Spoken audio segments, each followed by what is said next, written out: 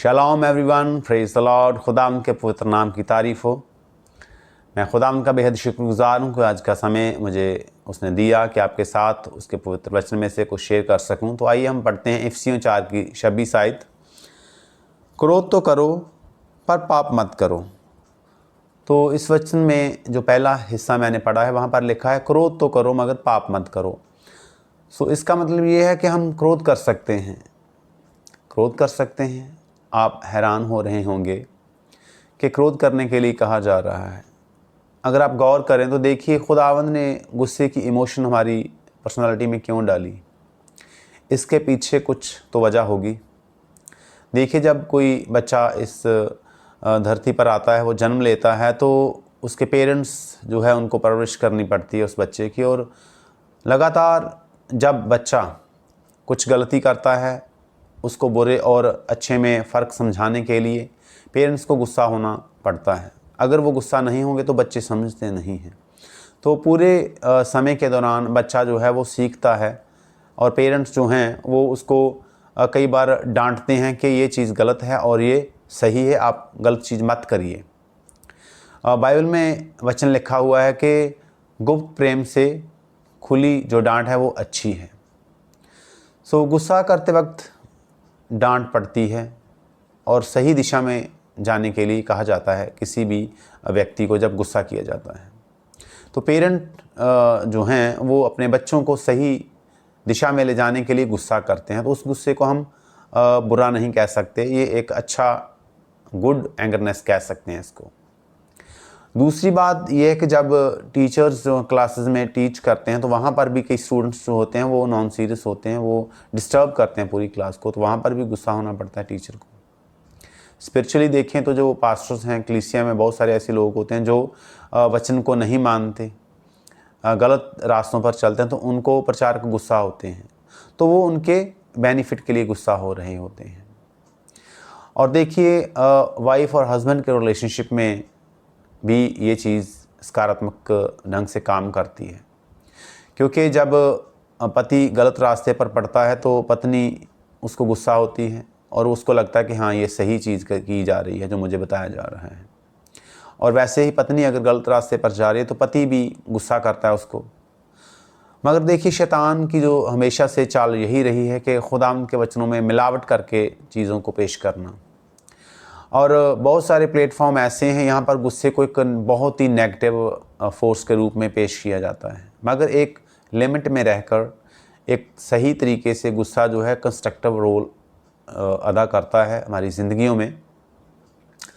अगर आप गौर करें तो अभी क्या हो रहा है कि वाइफ हस्बैंड रिलेशनशिप में बहुत ज़्यादा डिस्टर्बेंस है, बहुत ज़्यादा डिस्टर्बेंस चल रही हैं, रिश्ते टूट रहे हैं, डिवोर्स हो रहे हैं। उसका कारण एक ये भी है कि ये जो यंग जनरेशन है उनको गुस्सा सहने की बिल्कुल आदत नहीं है, क्योंकि पेरेंट जब उनके घरों में रहती थी, लड़की अपने पेरेंट्स के पास रहती थी, तो तब कोई उनको गुस्सा नहीं होता था, बेटे को भी गुस्सा नहीं होता था। मगर अब जब पेरेंट वाइफ और हस्बैंड वो बन गए हैं तो जब छोटी सी भी गुस्से की बात की जाती है तो वो डिवोर्स की बात करने लगते हैं, लड़ाई झगड़े होने लगते हैं।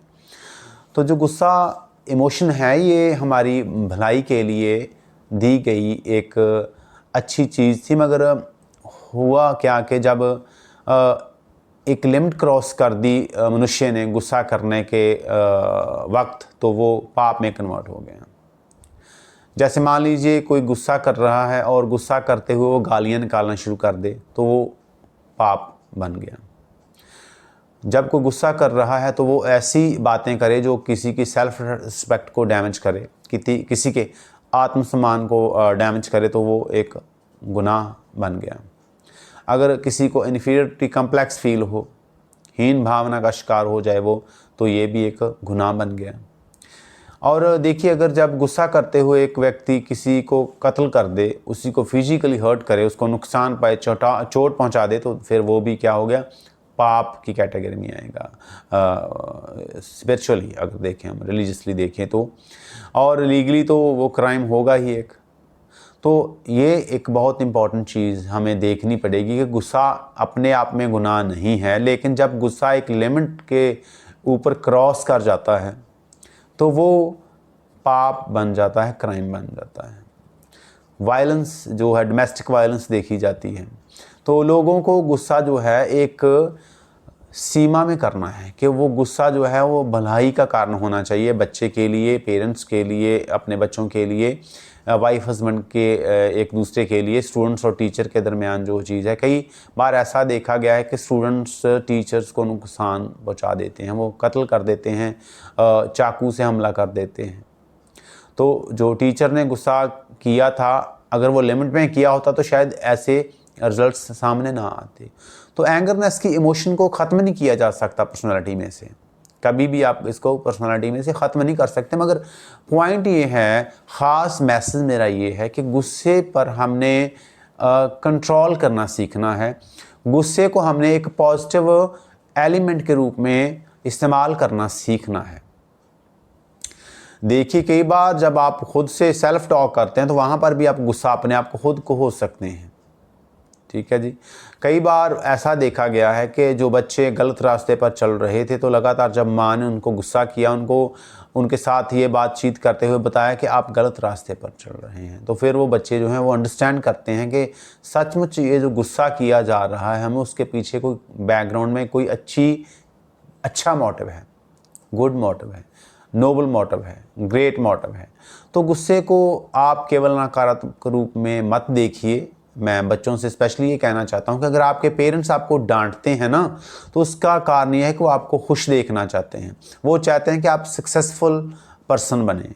और अगर आपका पास्टर आपको डांटता है तो वो चाहता है कि आप अनंत जीवन के लिए तैयारी कर सकें। अगर आपके टीचर आपको डांट रहे हैं एक कंस्ट्रक्टिव रूप में, तो आपको अंडरस्टैंड करना चाहिए कि उनका इसमें पर्सनल कोई बेनिफिट नहीं है।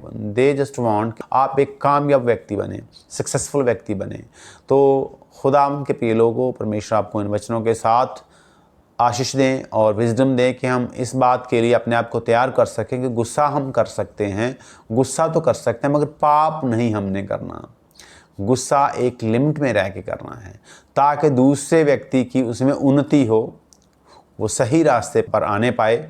ये नहीं कि हमारे साथ उसका जो रिलेशनशिप है वो डैमेज होता जाए और हमारी ज़िंदगी जो है वो दूसरों के लिए आशीष ना बन पाए। ये चीज़ नहीं होनी चाहिए। हम आशीषित किए गए हैं प्रभु यीशु मसीह के द्वारा और हमें दूसरों के लिए भी एक ब्लेसिंग बनना है। तो खुदावंद आपको आशीष और बरकत दे। आमीन।